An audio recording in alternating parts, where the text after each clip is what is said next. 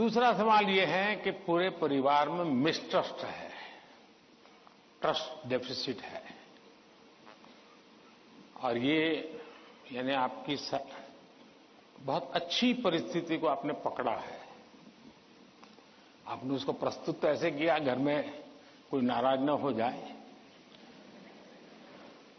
लेकिन ये सोचने का विषय है टीचर के लिए भी और पेरेंट्स के लिए भी कि ऐसा क्या कारण है कि हम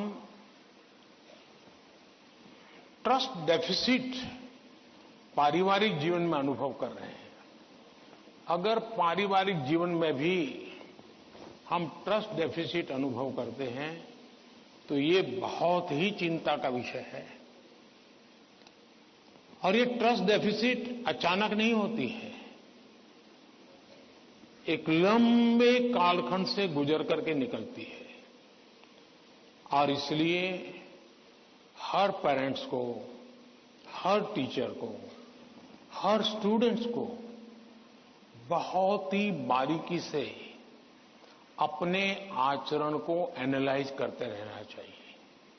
आखिरकार माँ बाप मेरी बात पे भरोसा क्यों नहीं करते? कहीं न कहीं तो ऐसी बातें हुई होगी जिसके कारण उनका ये मन बन गया होगा।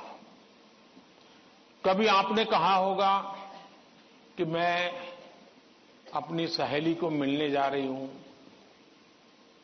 और माँ बाप ने अगर बाद में पता चला कि आप तो उस दिन उसके यहां गई नहीं थी, तो ट्रस्ट डेफिसिट शुरू हो जाते। यार उसने तो कहा था वहां जाऊंगी, लेकिन मान लीजिए वहां गए नहीं, लेकिन आकर के कह दिया कि मैंने तय किया था उनके यहां जाऊंगा, लेकिन रास्ते में मेरा मन बदल गया तो मैं वहां चला गई थी।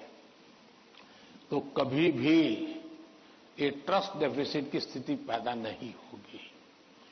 और एक विद्यार्थी के नाते हमें जरूर ऐसा सोचना चाहिए कि कहीं ऐसा तो नहीं है कि मैंने कहा था मम्मी आप सो जाओ, चिंता मत कीजिए, मैं तो पढ़ लूंगा, और मम्मी चुपके से देखती और मैं सो रहा हूं, तो फिर ट्रस्ट डेफिसिट हो जाएगा। ये तो कह रहा था मैं पढ़ूंगा, लेकिन पढ़ नहीं रहा है, सोया पड़ा है।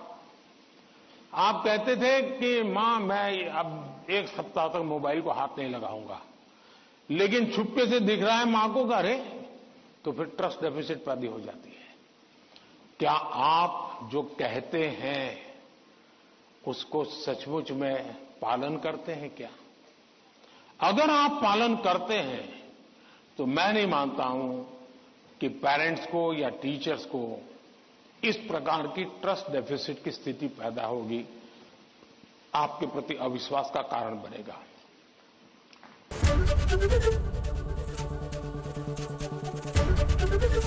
एबीपी गंगा, खबर आपकी, जुबान आपकी।